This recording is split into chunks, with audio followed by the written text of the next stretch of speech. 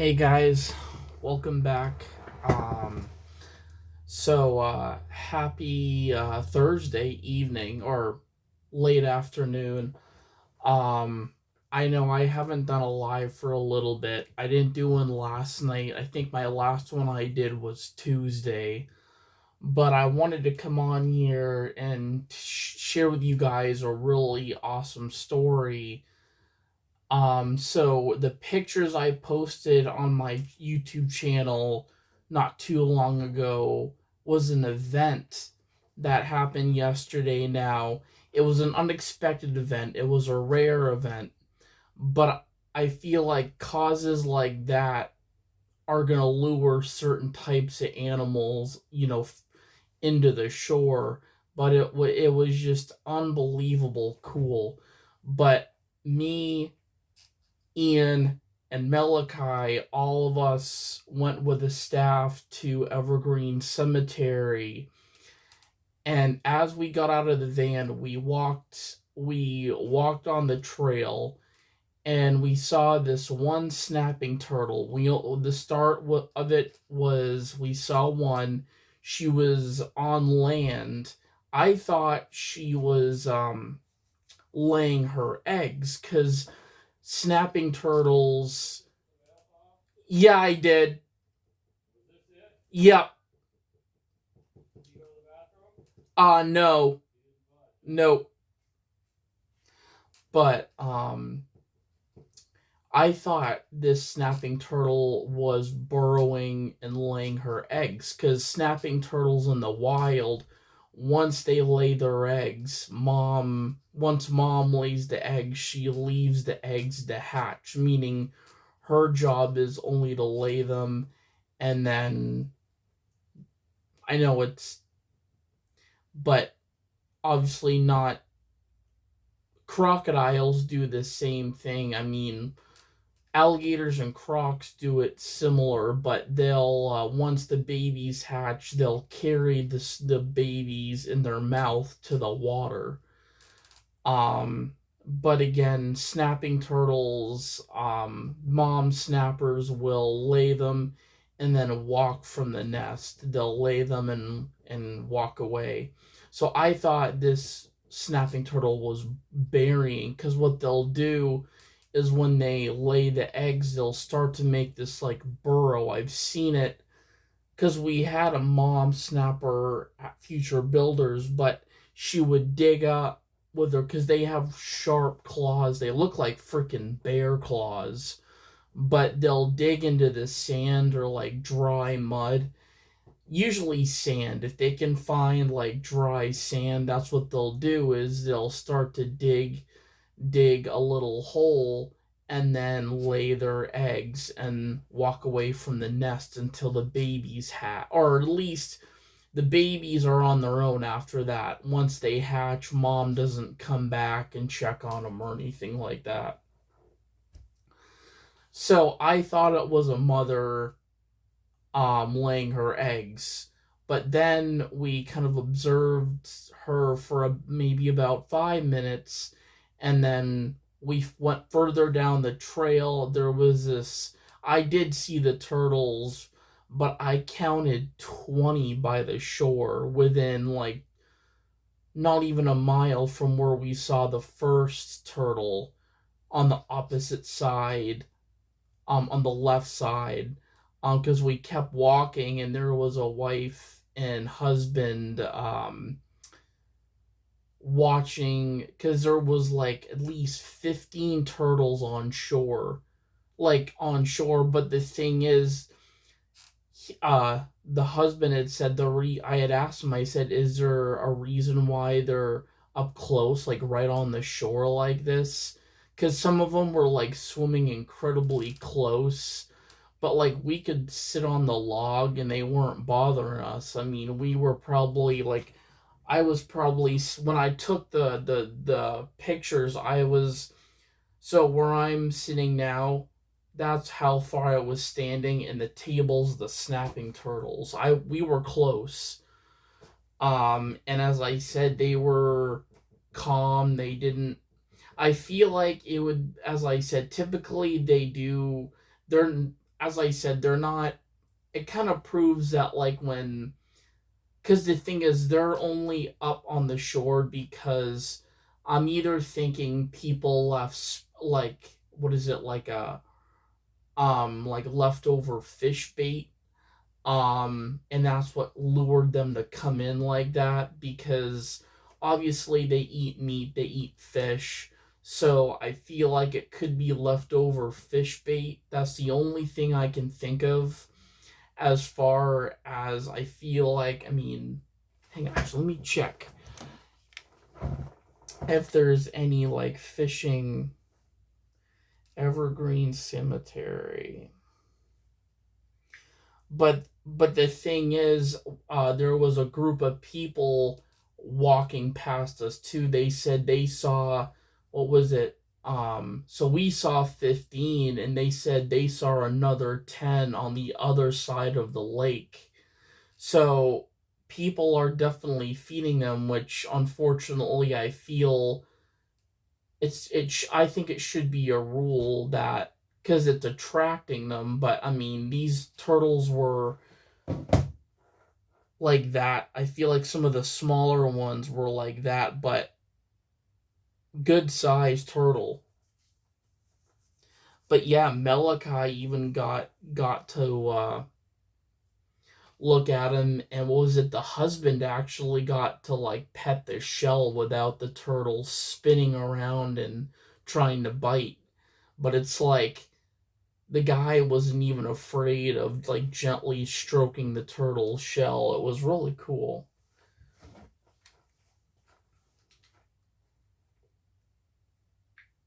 But that's like, I mean, that's probably with any kind of animal that, yes, you do see a lot of in Maine. But like, I feel like depending on where you are, seeing a crap ton of snapping turtles in the same general area is pretty cool. I mean, they help the ecosystem too. I feel like they definitely help with like the bugs and the fish population maybe. Um,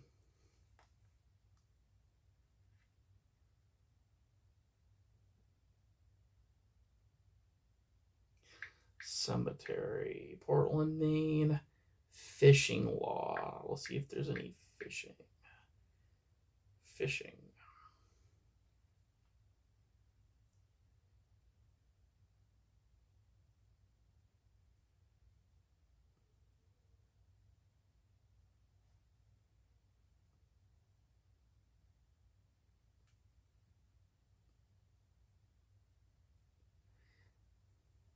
But the awesome thing about the Evergreen Cemetery is there's a pair of otters actually have taken up the resident, or have been quite an attraction, those who visit there. But I've seen the two otters, and it's really incredibly beautiful. So there is definitely,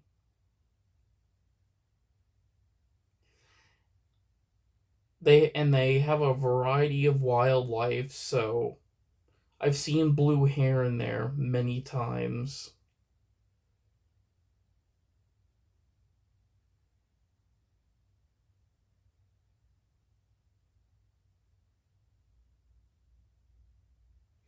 So yeah, so it's been a host to a variety of wildlife such as geese, ducks, pheasants, swans, turtles, blue heron. I have seen a blue heron there. Fox, mink. So a mink is smaller than a fisher cat, but minks are actually used. I would say they're really good for the environment if you have like a mouse problem, or like if you have a mink around your house and you have like a issue with mice. They're extremely well adapted to hunt mice, and like they're a really big part of the ecosystem getting rid of pests.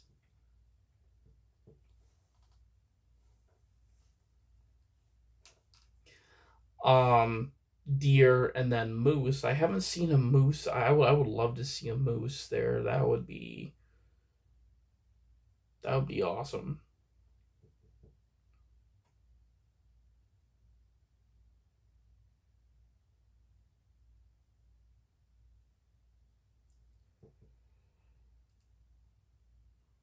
But yeah, the turtles, that was really cool.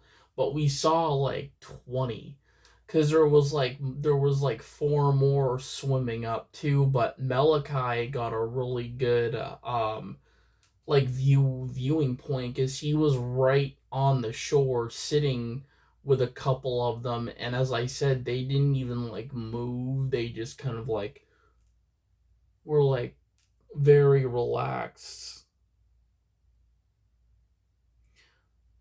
But as I said, it is wrong for people to bait animals like that, because then they're gonna keep coming back. But I don't see any law or restriction. Or I mean, people I feel like fish there a lot, so I'm wondering if people leave bait out there, or at least where the turtles can get it, especially fish intestines and stuff like that, or like little fish. But they also say like occasionally turtles will eat like hot dogs too. If they I mean, I would say any animal like that will eat meat. So really, the I mean, these turtles are carnivorous. They're going to eat anything that has a smell on it. They even said deer liver. Game A meat that's gamey is going to have a fresh scent on it no matter what.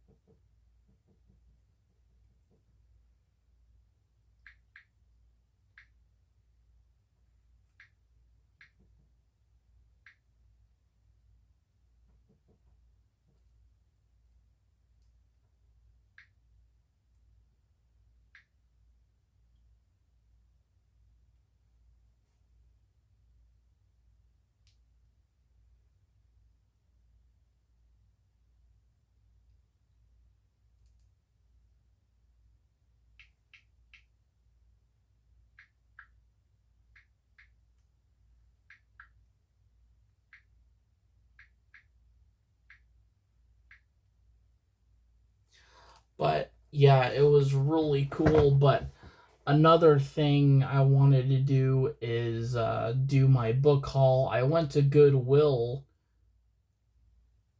Was it yesterday? No, it wasn't. It was Tuesday. I went to Goodwill, and well, my I had a doctor's appointment up in Portland. But my mom and I ended up going to three Goodwills. We went to Goodwill by the Pound in Gorham. We went to the Goodwill store next to Burger King in Gorham, and then we went up to the one in Wyndham behind a Dollar Tree and across from Walmart. So, but I got a lot of the books I got, probably three of them are ones I'll be hopefully reading with my significant other. Probably not right when she gets back from Ireland, but I mean, at least when she wants to talk again, which because I know like literally as she will be coming back. I mean, she'll be coming back I think the 3rd, but the next day is the 4th of July, so she's going to be with her family and I told her I'd give her a couple weeks until she fully was prepared, or really not, but like kind of like settled in from her trip.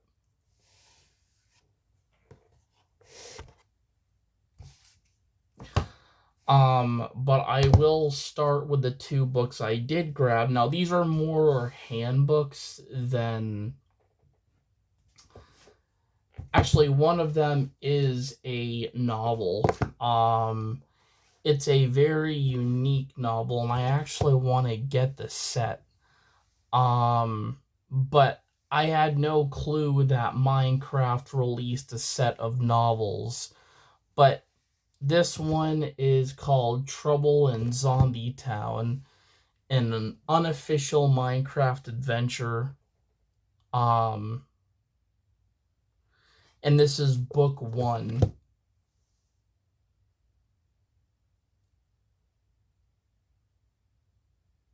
Wait, Invasion of the Overworld.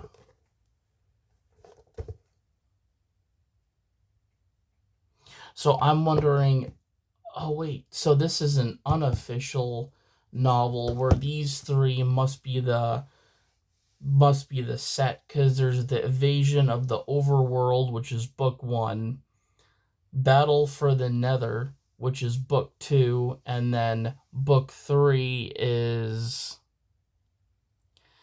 Confronting the Dragon.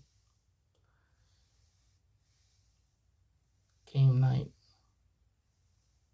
So it says this book is not authorized or sponsored by Mojang AB. So Mojang are the developers who created Minecraft.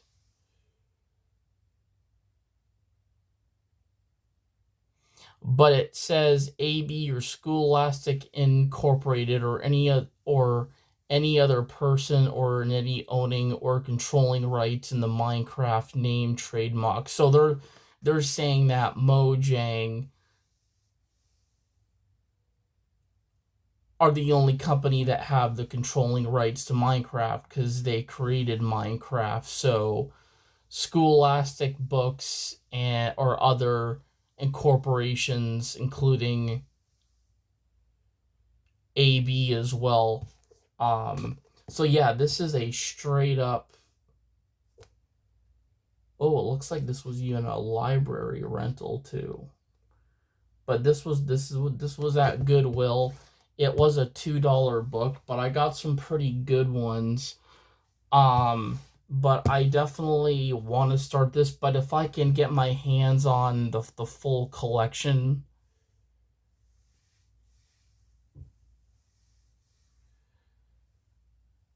Wait a second. So the author of this book is Mark Cheverton. He's a former high school physics and math teacher and the father of a Minecraft fanatic. He is the creator of the best-selling Game Night 999 series. So that's what these books are called. Action-adventure books set in the world of Minecraft, conceived as a way to teach children the dangers of online bullying. So actually, I probably could relate to this. I think many of us would be able to, especially since this is like a fictional grasp of a book. The other two Minecraft books are indeed by Mojang. These are the handbooks. So we've got the Handbook of Combat and the Handbook of Redstone.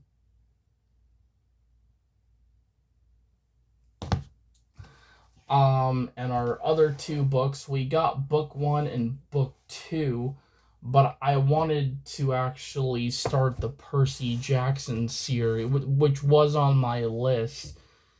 Actually, the next book was a recommendation from my significant other, but these two books were also. I mean, I remember Percy Jack. A lot of people got into this book as much as Harry Potter, but Rick Riordan wrote the Percy Jackson books. Um, no, I haven't. But we got the first two books to start the series. We got Percy Jackson and the. Wait, I gotta make sure. Yeah, that's the Lightning Thief. Okay, yep. So we have book 1 and 2. We've got the Lightning Thief, and then we have the Sea of Monsters. But both books were turned into movies as well. So there is a Percy Jackson. Actually, there's 3 movies. They made 2, and then after that they did another one which is on Disney Plus. I can't remember. I think that's a movie though. I don't think it's a full series. It could be, but yeah, it's also there's also movies. I will say people often compare movies and books not the same, which I wouldn't think I mean, that's something I've always learned, is that you don't always want to think of events from watch, because depending on the order if you watch the movie first then read the book, typically if you want to get like the true full picture is obviously reading the book, um and then watching the movie associated with the book. But there's going to be many things the book tells you and that the movie doesn't, or there's going to be things that are inaccurate within the two, even if it's the movie is about the book or the book is about the movie. Things are going to morph into different things.